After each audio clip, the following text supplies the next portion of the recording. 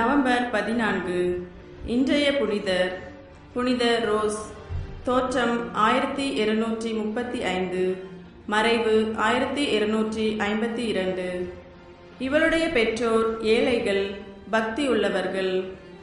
7 வயதிலேயே ரோஸ் தவ முயற்சிகள் செய்து தேவதாயின் கட்டளைக்கு கீழ்ப்படிந்து 10ஆம் வயதில் பிரான்சிஸ்கன் 3ஆம் சபையில் சேர்ந்தார்.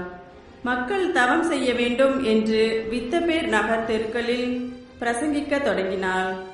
விசுவாசிகள் பாப்பானவருக்கு பிரமாணிக்கமாக இருக்க வேண்டும், பட்டத்தை கைப்பற்றி இருக்கும் ஜெர்மனியின் பேரரசன் 2ஆம் ஃபிரெடரிக் என்பவனை எதிர்க்க வேண்டும் என்று நகர மக்களை தூண்டிய இச்சிறுமி அதிக வல்லமையோடும் அதிகாரத்தோடும் பேசுவாள், புதுமைகள் செய்வாள்.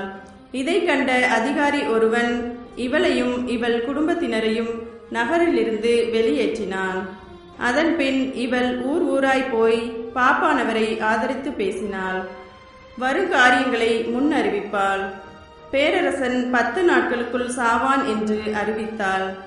ஓர் ஊரில் மாந்திரீக பெண் நகர மக்களில் அநேகரை கெடுத்து கொண்டிருந்தாள். ரோஸ் ஓர் புதுமை செய்து அவளை மனம் திருப்பினாள். 3 மணி நேரமாக நெருப்பில் நின்றாள். இவளுக்கு எவ்வித தீமையும் ஏற்படவில்லை. ஏழை கிளாராமால் சபை கன்னியர் இவளை ஏற்றுக்கொள்ள மறுத்தனர். இவளோ நகருக்கு வெளியே போய் ஒரு குடிசையில் தனி வாழ்வு நடத்தி வந்தாள். நான் இறந்த பின் ஏழை கிளாராமால் மடத்தில் ஏற்றுக்கொள்ளப்படுவேன் என்று அவள் முன் அறிவித்தாள். அது அப்படியே நடந்தது. அடுத்த ஆண்டு வசந்த காலத்தில் 17ஆம் வயதில் ரோஸ் இறந்தாள்.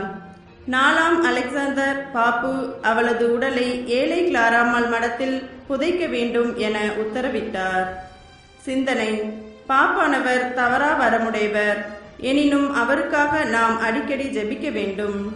ஜெபம்: ஆண்டவரே, திருத்தந்தை பாப்பானவரை காப்பாற்றும். ஆமேன்.